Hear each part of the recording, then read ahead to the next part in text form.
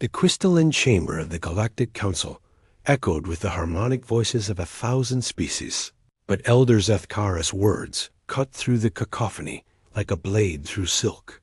Her ancient form, resembling living obsidian shaped by eons of thought, pulsed with the deep violet light that signified grave concern among her people, the Vorthik. "You have not seen what I have seen," she intoned, her voice carrying the weight of 12 million years. "In the outer spiral, on the third planet of a yellow star, dwells a species that will reshape everything we know." Counselor Jex-Tar of the hegemony fluttered his iridescent wings dismissively. "Another primitive species? Elder, with respect, you speak of bipedal mammals who have barely learned to split the atom. They war among themselves over resources and imaginary lines." The holographic display showed Earth in all its blue-green glory, seemingly innocent as it spun in the void. Zethkara had watched this world for 3,000 Earth years, since the humans first discovered fire. What she witnessed defied every pattern she had observed in countless civilizations. "They do not simply adapt," she continued, her form darkening to deep crimson. "They weaponize adaptation itself. In mere centuries, they transformed from hunter-gatherers to spacefarers. But that is not what troubles me." She paused, letting the weight of her next words settle. "They learn from everything: their failures, their enemies, even their entertainment. Each setback becomes a lesson. Each victory, a new foundation."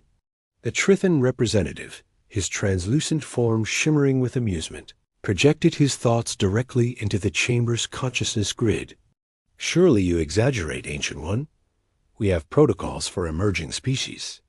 Containment, guidance, integration, all proven methods. No protocol accounts for them," Zethkara replied. "They will not be contained because they see containment as a puzzle to solve. They cannot be guided because they question every assumption. And integration?" Her form pulsed with the deep black of absolute certainty. "They will not integrate. They will transform." Young Counselor Vex of the Mechanical Collective whirred with electronic laughter. "Then we monitor them, study them, control their development through subtle influence."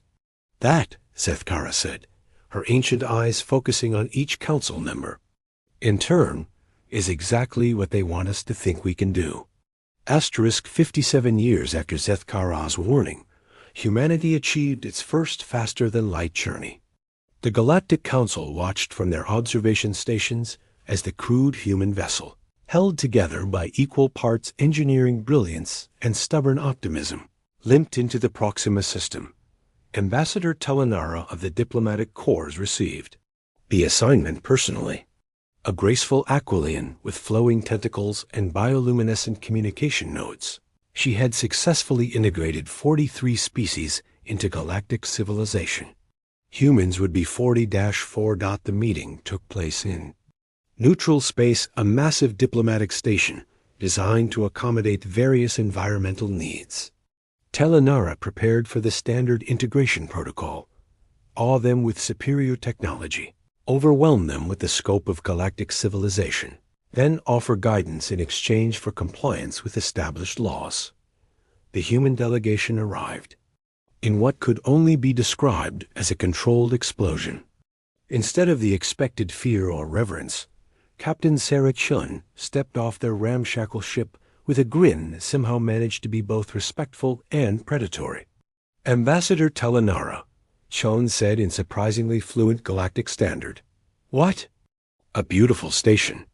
The gravitational field generators must be incredibly sophisticated to maintain such perfect environmental zones. We'd love to understand the engineering principles." Telenara's nodes flickered in surprise. First contact protocols didn't usually begin with technical inquiries. "Captain Chun, welcome to galactic civilization.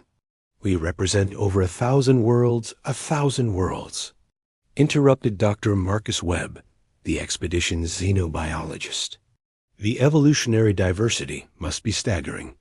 How do you handle diseases, cross-species contamination, The logistics alone, the economic models must be fascinating too, added Commander Lisa Park, their strategic officer. Resource distribution across such distances, communication delays, the challenges in maintaining stable trade relationships. Telenara found herself answering questions instead of delivering her prepared speech. These humans didn't gape at the station's grandeur. They analyzed it. They didn't ask about their place in the galactic order. They asked how the galactic order worked, why it worked, and what happened when it didn't work. 3 hours into what should have been a 30-minute ceremony, Captain Chun leaned forward with that same dangerous smile. Ambassador, we're grateful for this opportunity. We have so much to learn from galactic civilization. But we also have some ideas that might interest you. Ideas? Telenara asked, though she already dreaded the answer. About efficiency improvements to your hyperlane network, potential solutions to the resource scarcity in the Outer Rim, and a few concepts for interspecies cooperation that haven't been tried yet. Telenara's nodes pulsed with growing alarm. These weren't supposed to be offering improvements. They were supposed to be asking for guidance. Later, in her private report to the Council, she wrote, "Integration proceeding differently than expected. Recommend enhanced monitoring." She did not write what she truly thought, that she had just met the most politely terrifying species in the galaxy. 2 years after first contact, humanity had established embassies on 17 worlds.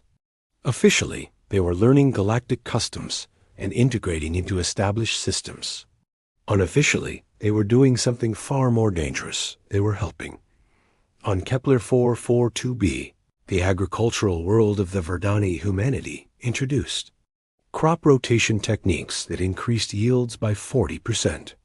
The Verdani had farmed the same way for 6,000 years, but human agricultural scientist Dr. Yuki Tanaka had spent 3 months understanding their methods before suggesting improvements.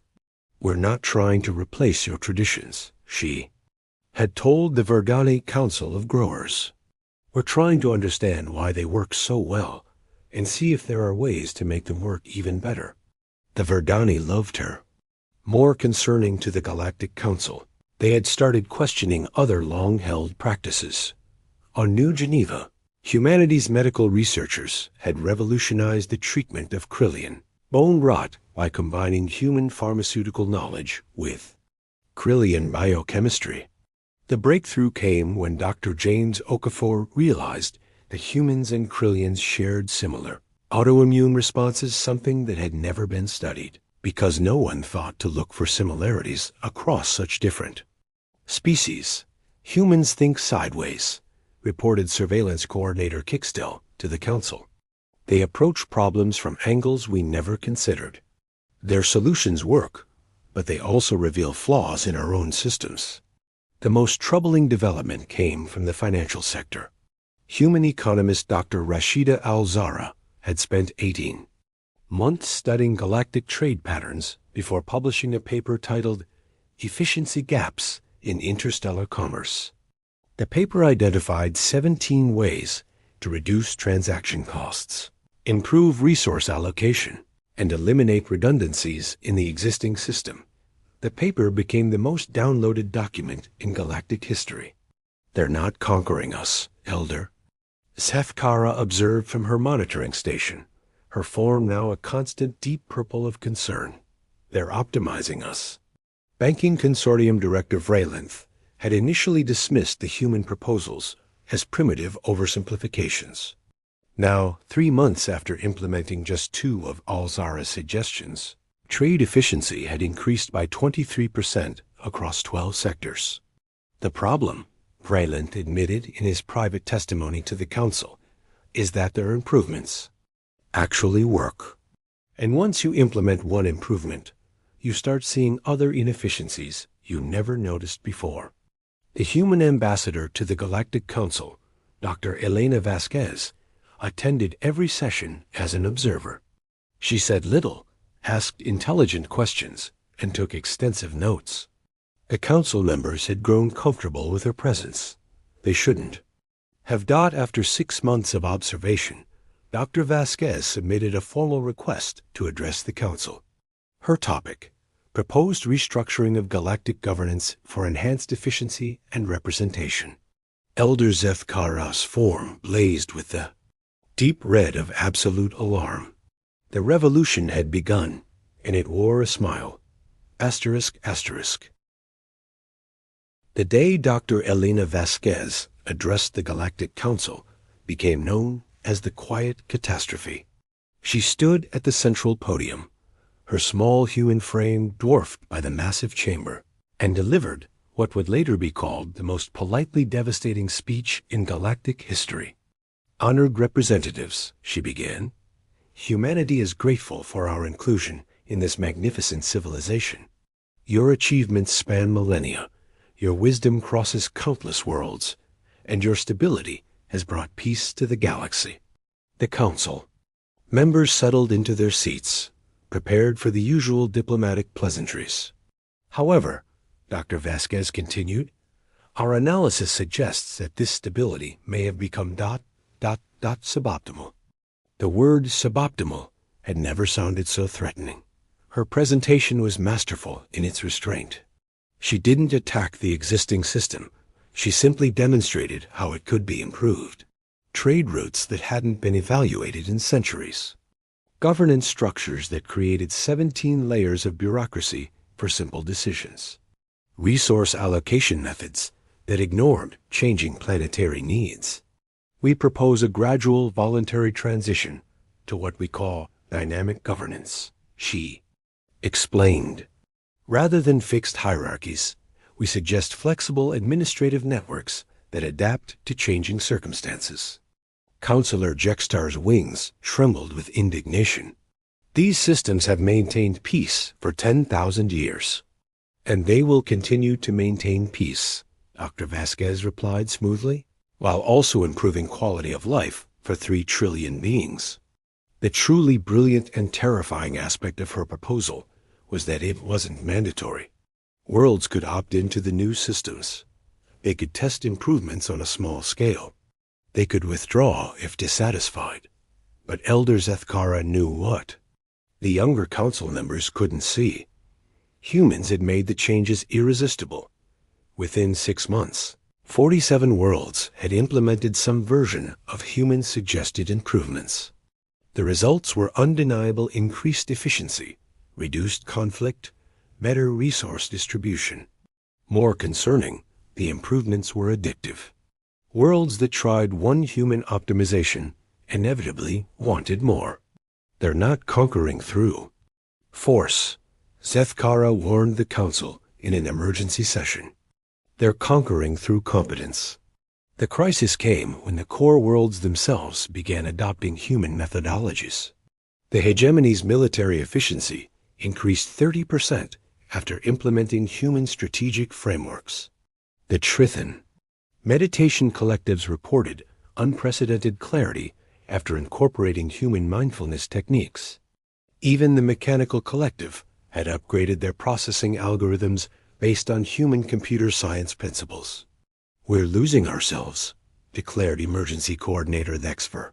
"Our unique cultures, our time-tested methods humans are erasing. Everything that makes us who we are."